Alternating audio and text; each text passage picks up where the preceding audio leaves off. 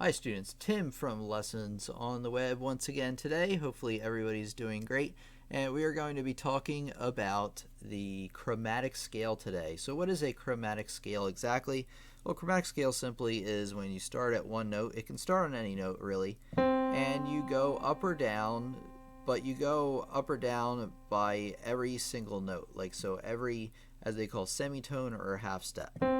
So that would be like going from C to C sharp to D sharp to E to F sharp to G, G sharp A sharp B, and then so forth. So you're playing literally every single half step or semitone between two notes. So you can start on any note. We're going to talk about C today. I think, as you probably have guessed by now, C is a pretty easy starting point for almost anything. So this is where things are going to start. So we have C here, right? And what I like to do, the fingering that I use is between where it alternates white, black, white. I use fingers 1, 3, which is thumb, middle, thumb. So 1, 3, 1, 3, 1, 2. And then when you get to the half step between the two white keys, you're going to use the fingers 1 and 2. So the fingering is 1, 3, 1, 3. And then right here we have a group of 2 coming up. But I'm going to hit 1 like normal, but then I'm going to do 2 here because it sets me up to be able to continue with the 3, 1, 3, 1, 3, 1 pattern between the alternating white and black keys, like that. So again, the first 5 notes, the fingering is 1, 3, 1, 3, 1. And then between the two white keys, it's 1, 2, and then it's continuing, alternating between 3 and 1, 3, 1, 3, 1, 2, and then if you continue, you can play up and down pretty smoothly. But basically, you want to be able to play the scale. It's going to take time, by the way. One thing I want to mention is a lot of students, when they first start, are kind of mad that they can't play the scale like I can. It takes a surprising amount of coordination to play the scale effectively. So you want to start out slow, pretty much like every lesson, right, if you watch my videos. You want to start out slow, the scale very slow, and then maybe even for the first week, just practice it very slow until you develop the coordination, being able to switch between the alternating 3 and 1 and the 1 and 2 between the white keys. Just like that.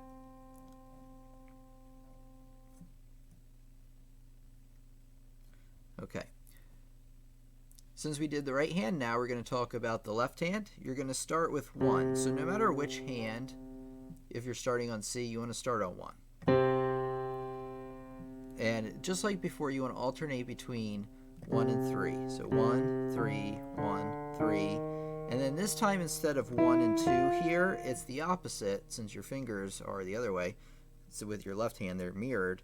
So you have 2, 1, and then 3, alternating 3 and 1, 3, 1, 3, 2, 1, just like that. And then coming down is the opposite. You go 1, 2 between the two white keys, and then you have 3, 1, 3, 1, 3, 1, 2, 3, 1, 3, 1, just like that. So that's the fingering of the left hand. They're very similar fingerings, right? You alternate between 3 and 1, and you use 2 and 1, in the case of the left hand, 1 and 2, of the right hand between the white keys. So this is one instance where the scale fingerings are almost the same. Now, how do you want to practice this? As I mentioned a little bit before, you want to start out slow. Maybe just ascending, going up, and then, try coming back down. Very slow. If you feel like you just can't get it, you're probably going too fast. And if you try to play it too fast right away, then it will just fall apart on you and you'll get really frustrated that you're not remembering to switch. I mean, in your mind you may remember, but your fingers just can't keep up to switch between the alternating 1 and 3 and that 1 and 2 right there. And as you can tell, as you practice it, you'll get better and better at it. So here's how I recommend you practice it other than playing it slow for a few days, ascending, descending.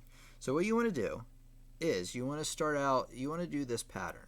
So you want to start with the first two notes, like that, kind of like the Jaws theme.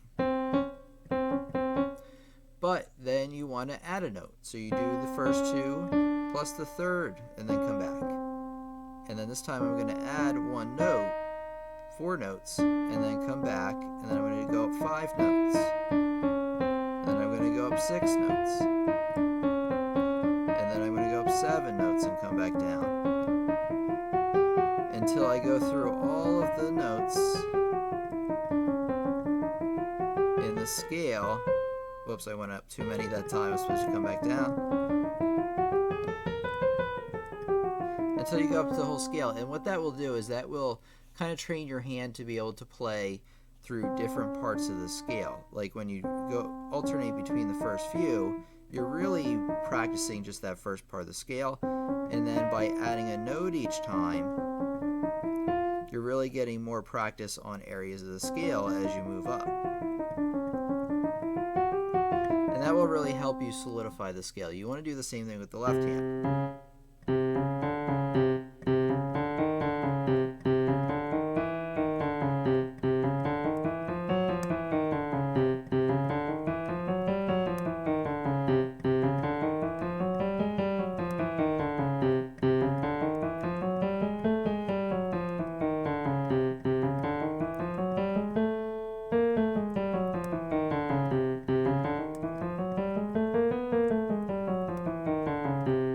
That's really all there is to it. And then after a while you can practice it hands together. But of course you want to remember when putting first hands together to go slow and then go a little faster.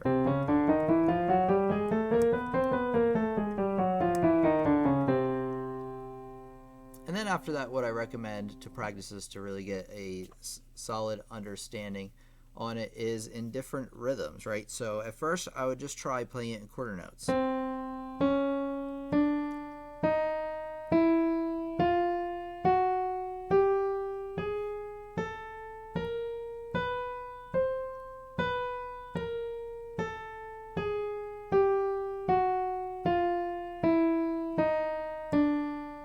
then try it in eighth notes.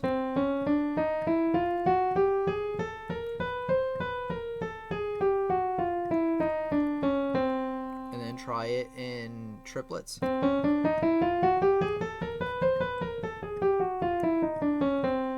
then 16th notes or groups of 4.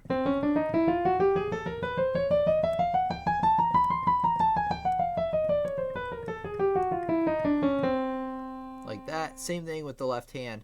So basically you want to then work your way up. So you want to start with playing them as quarter notes, then play them as eighth notes, so you're making them twice as fast. Then you're playing them as triplets. Remember, you count that as 1 triplet, 2 triplet, 3 triplet, 4 triplet, just like that. And then you break them up into sixteenths. 1 E and a, 2 E and a, 3 E and a, 4. Just like that. And then you also want to practice them multiple octaves. Also going like even, well, actually you practice them descending that way perfectly anyway. So no need to worry about that. But I would play them maybe up to 4 octaves.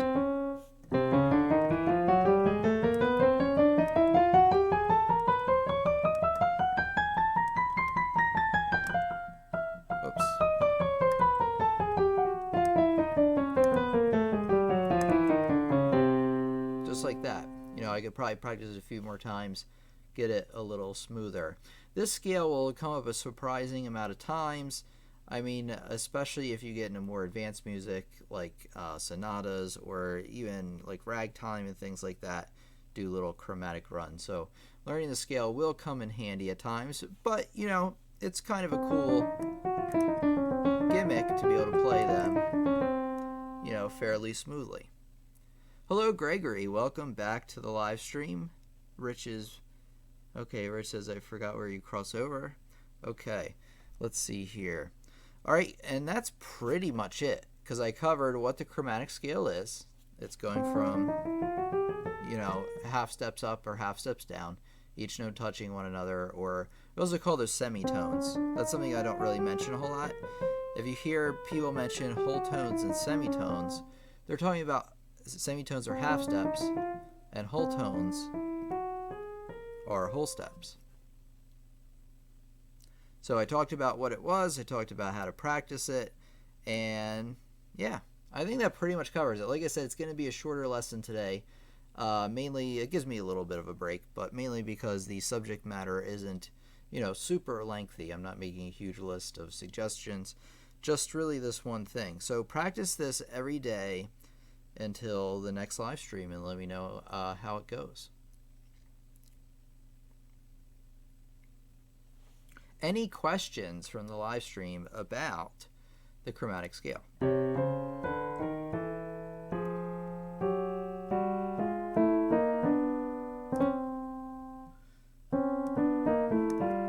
Oh, that's so hard. I'm trying to play it in inverse motion. Yeah. Oh, man. I did it. Oh, that's hard.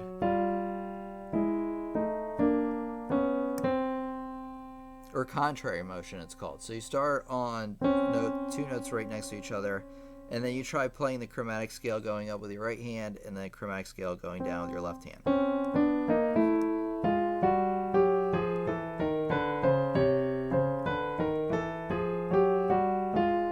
Oh, that's so hard. I keep messing that.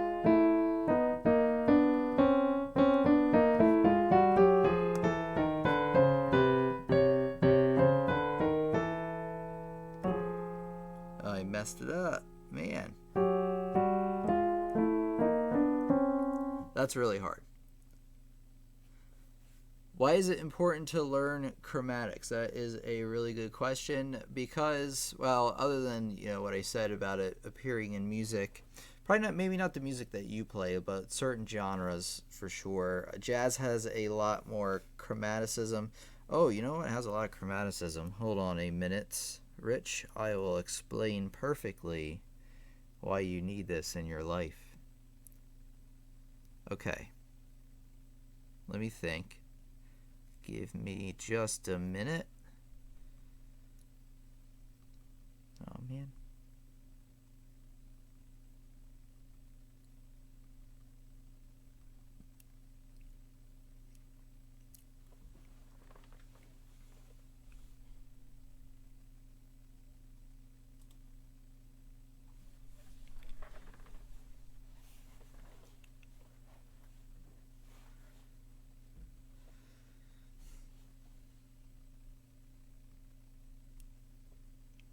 Okay, so Rich, here we have Chopin's Nocturne in B-flat minor, which I have not played in a while, so forgive me if I mess it up.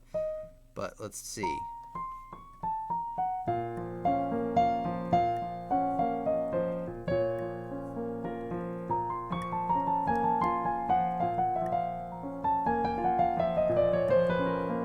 Oh hey, take a look at the part I just played.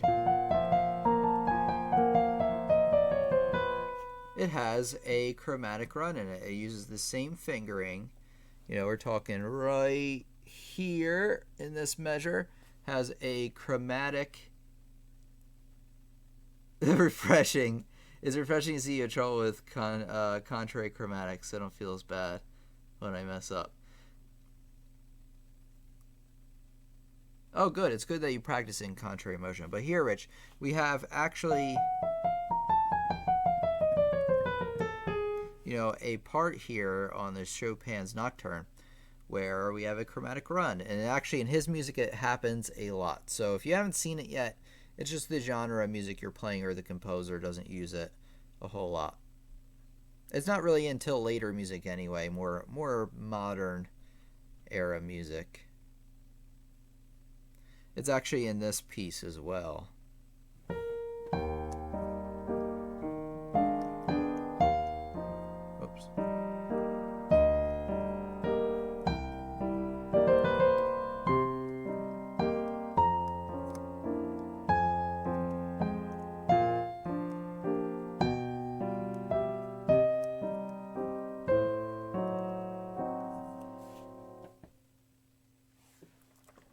Oops. Okay, and there we go. So that's why you need it, Rich.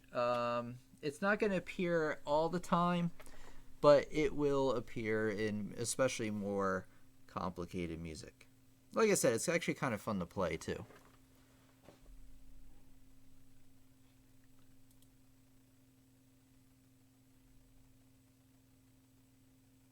Nicely played. Well, I tried. I haven't played it in a while.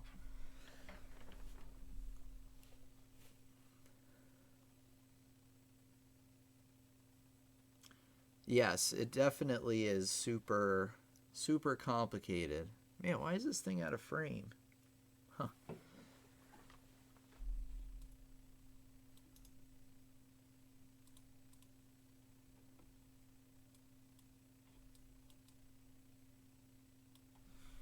There we go. That should be a little better. Yeah, now I'm in frame a bit more. That bothers me these days if I'm not in frame. If I'm like too high up or too low. I don't know. It really bothers me. It probably doesn't bother other people as much, but it used to not bother me. If you look at my old videos from like the first videos I made, there's like this much screen. It's like all screen space in my head is like just barely above water. It's actually kind of funny. But yeah, Chopin, Rich, is one of the most complicated types of music to play, I think.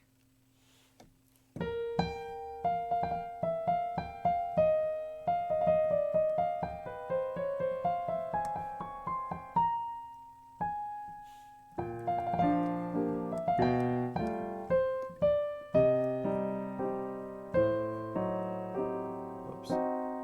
I'm afraid if I practice it now that YouTube's thing is going to flag my video. That stinks so much. I don't like that. That I have to like worry about. Well, I don't have to worry. Like we talked about, nothing terrible will happen, but it's so annoying because I have to cut it out of the video.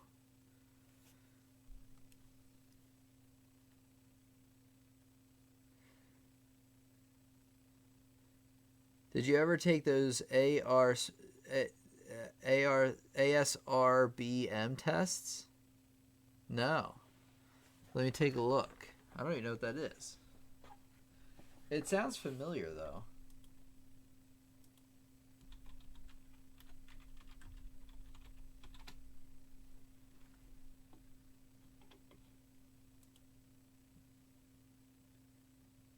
Oh, it's like a music school thing. Oh, exam board and music. Yeah, I've heard of this before. I've never taken those. I would think that I could pass them though.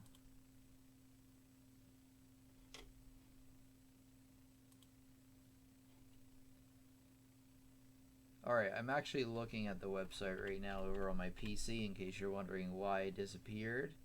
I'm just taking a look at what Rich had recommended or looked at.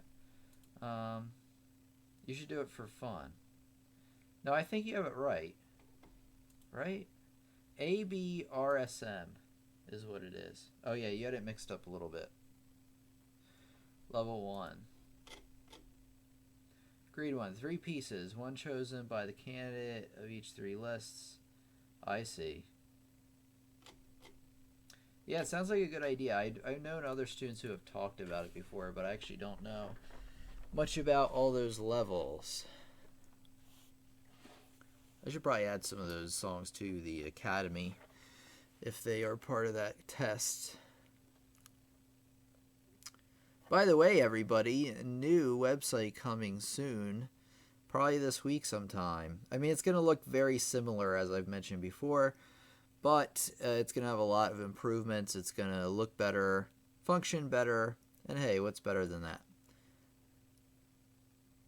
All right, what about anybody else? Anybody else have any questions? Comments, questions? I know this isn't the most thought-provoking type of lesson in the world today, because we just did the chromatic scale. I'm going to have a more to our intellectual type of discussion on Friday. Not entirely sure what it is yet. I'm going to have to do some thinking on that. Like I said, still hammering out that schedule for the live stream. That will get posted when the website is finished. A lot of this stuff I have to hold off on until that's done. So let's see here. So there's 6 people here. Anybody else have anything to talk about? If you don't, that's totally cool with me. You know, I won't think any less of you.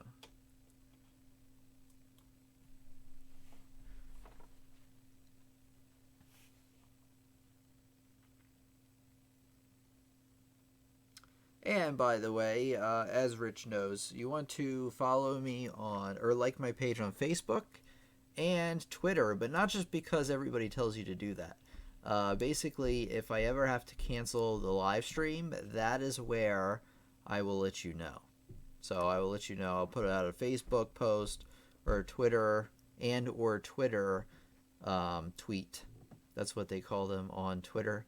And I'll just say, hey, I can't make it out tonight. Sorry that something came up last minute, as things, you know, can happen, of course, you know, as life happens. But that's why. You love the website. Thank you, Rich. That means a lot to me. And it's about to get a lot better even. Just you wait until this coming week, I think, sometime. Can't say for sure what day it'll be. But when we switch over the website, you'll probably know, like I said, it looks similar, but you will notice some improvements in the way it works. Good. I'm glad you've gotten around to practice sight reading. Do I know any other instruments? Hello, by the way. I'll call you Elusive. Do I know any other instruments? I get this question a lot. I know trombone. I know bass guitar. And then in college, they made us play a lot of instruments, but to be honest, that was like a decade ago now, some of that. I don't remember exactly how to do it, and I couldn't teach them as well as I teach piano, not even close. I know piano by far the best. That's what I stick with as my primary instrument. As many know, if you learn instruments, you usually have to pick 1 or 2 primaries. So I pick piano. Sometimes the sheet music is intimidating, but I still go through it. Otherwise, I'll never get better. Very true. Very true. What about you, Elusive? Do you know any other instruments? Great to have you out on the live stream, by the way. You're always welcome to come back, by the way, if it's your first time here. I always love to see new and familiar names on the live stream, and I always try to get to know everybody at least a little bit.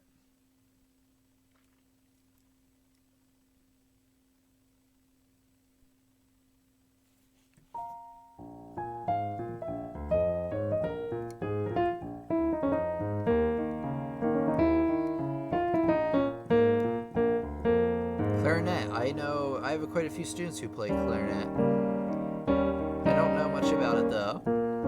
That's a good instrument though. It's very cool that you have multiple instruments that you can play.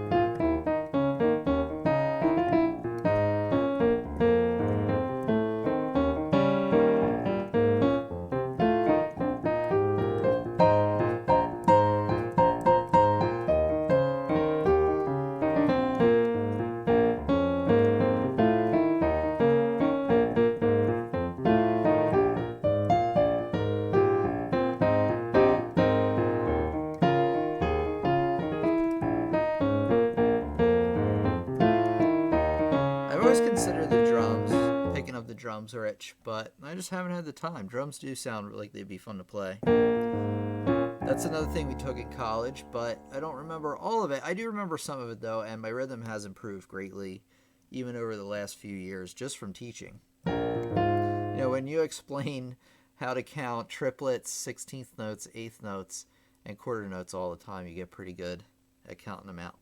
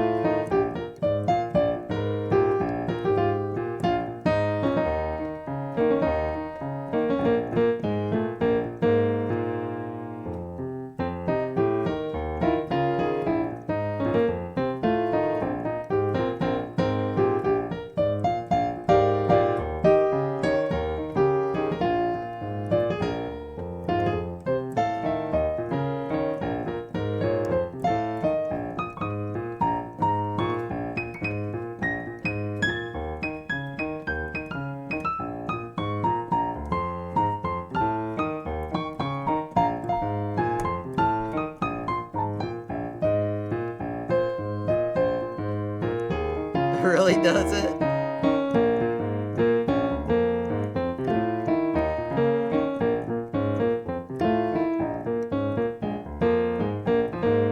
It's a little hard to talk though while I do it. So there is that. I can still kind of do it though.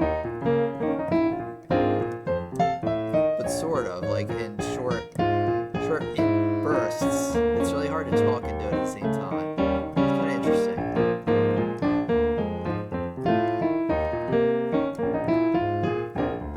Yeah, Rich, every once in a while you should look down. I know this one so well that I don't have to, but even when I was playing this earlier, I had to look down a little bit to catch that one. Sure, Rich, what can I answer for you?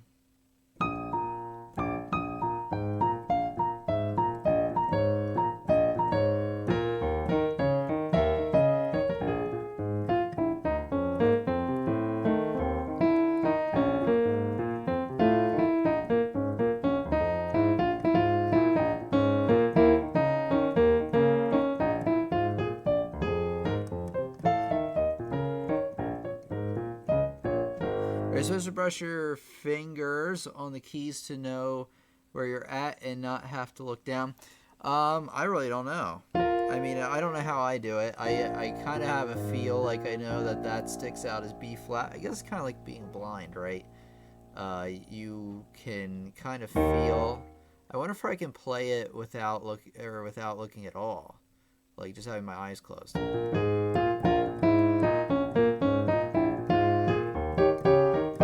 Sometimes I think I can see the keyboard in my periphery,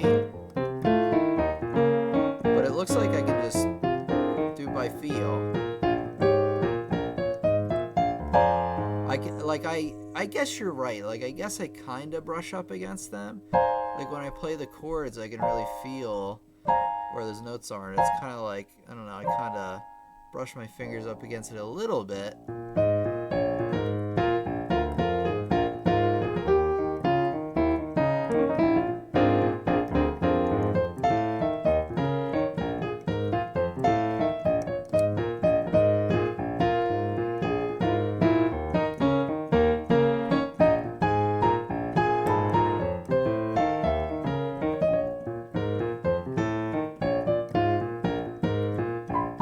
Oh, it's hard to go up octaves. That's hard. Oh, now I actually don't know where I am. Hold on. Okay.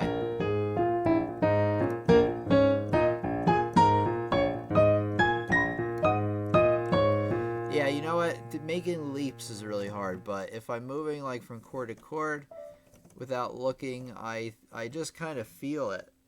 I don't know. Like I said, it's probably like a blind person reading Braille. They can kind of just feel where the pattern of black keys is. Like you can tell there's a group of 3 there, group of 2 down here.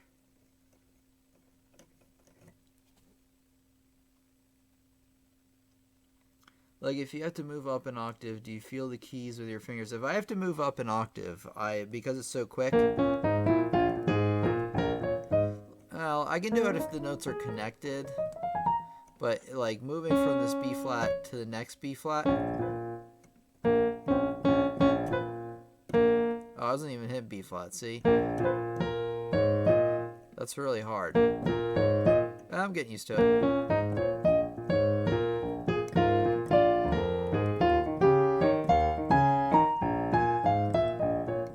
I should peek there for a second. How do you change chords without looking down? I'll never understand. I don't know. I just do. Like I said, same thing. I just kind of feel it. I can feel where the black keys are.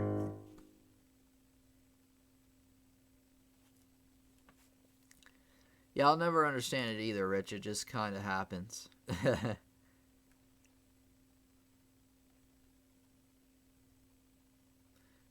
Gregory says, I see I have a whole lot of work to do. That's true, but that's all right. You'll get there. You know, I started somewhere. I didn't start at the very top. I'm still not at the very top. I'm a pretty good teacher, I would say, but as far as being the best piano player in the world, I'm sure there's quite a few better than me.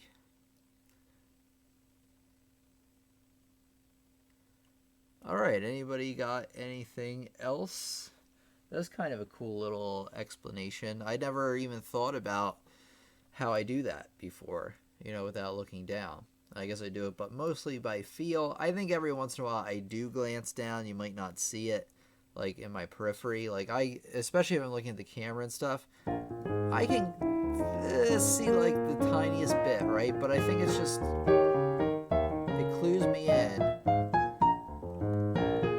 Like I can do it better, like just looking up than I am closing my eyes. I like that. Wait.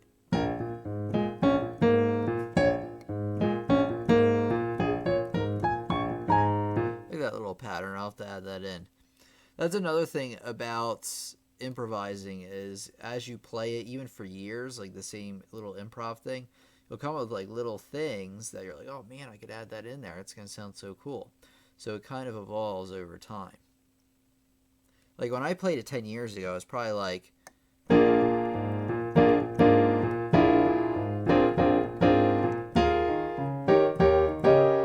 did a lot more chords. I remember that. A lot less scale runs.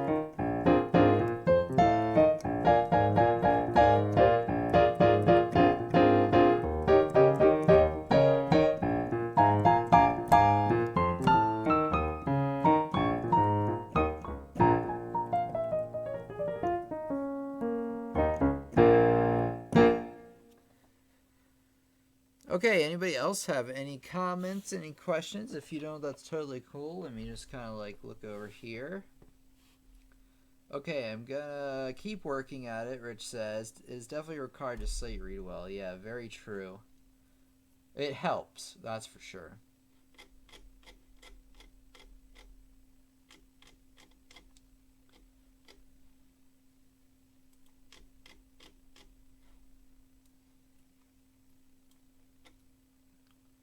All right, everybody. I think I'm going to wrap it up a little early tonight.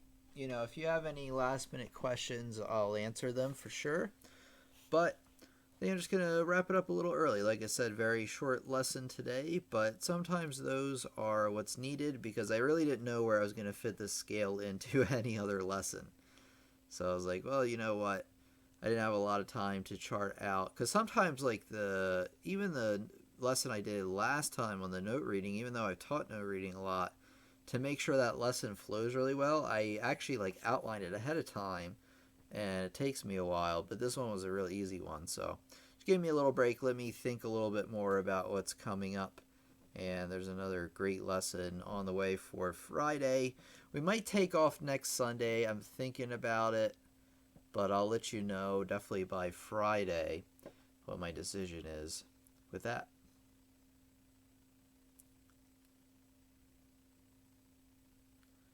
Do you memorize a lot of songs, or do you mostly play off sheet music? These days I mostly play off sheet music.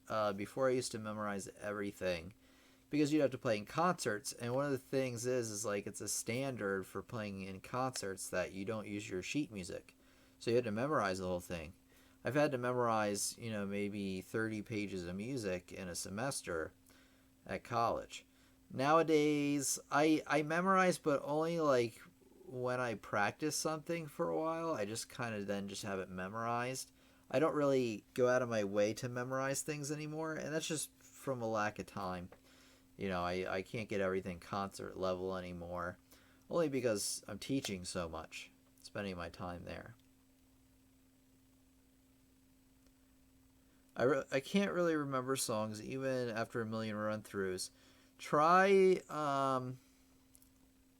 what I would do is I would make a goal of memorizing a line of your song a day, or maybe even every 2 days or so, right? So just go to the first line of your song, play through that line, and try your best to memorize it. I mean, play through it as many times as you need. What I would do is I would play through it with the music first in front of you, and then leave the music in front of you, but try to get as far as you can looking down so that the music is in front of you so you can glance up at it real quick. And then when you feel more comfortable with that, try taking the music away altogether and do it line by line. If because we're all different learners. Me, I memorize things fairly quickly. I know some people who don't have to work at all at memorizing. Like if I'm getting something ready for a concert, especially if it's a larger scale, I really have to work at it. Some people, like as soon as they learn it, they just have it memorized. And that's like kind of the case with me, but I do have to work at it. If I don't, especially with something more complicated, I just can't do it. Yeah, you're welcome, Rich. Anytime. Anytime. I always love to give helpful advice. Where is Shesk, by the way? Where is he? I don't know why I said by the way, but randomly I thought, where is Shesk? Shesk has not been here for like a month, I think. But I don't like to pester him either, because then I feel like I'm pressuring him into coming. But if you're watching this, Shesk, I have noticed that you're not here. And so is Rich. Rich has definitely noticed. But that's alright. If there's ever a time where you like just can't make the live stream, totally cool with me. I'm just kind of poking fun at Shesk a little bit. But I did notice he's not here. You think he quit piano? What, did you talk to him, Rich?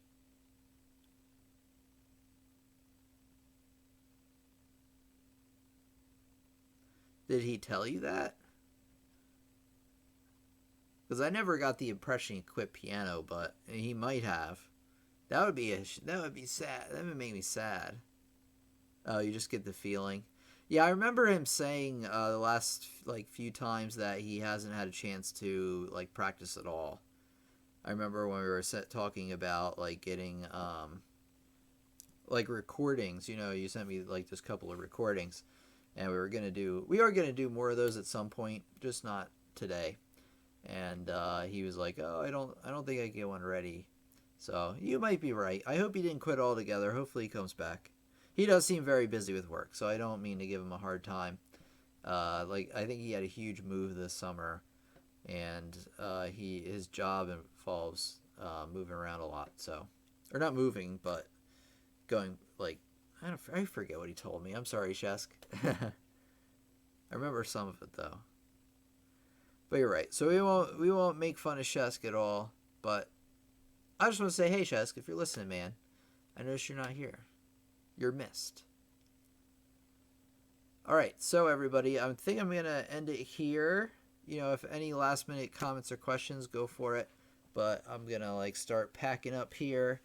And everybody have a great evening. I think it was a good lesson today. Like I said, a nice shorty on this one. Next one will be a little bit more substantial like the others. Yes, Chess, come back, buddy. I agree. I do miss him. And Manny hasn't been here forever, but you know, I do understand people have lives and things like that. All right, Rich. Well, it's been real, man. Great talking with you again. I think we might do, maybe not this coming week, maybe the next week we'll do like another Skype call thing on the live stream like we did before. But anyway, you have a good one. If you have any last minute questions, feel free. And if not, I'll talk to you on Friday. So thank you so much, Rich, and everybody else listening, and I'll talk to you soon. And have a great week, everybody.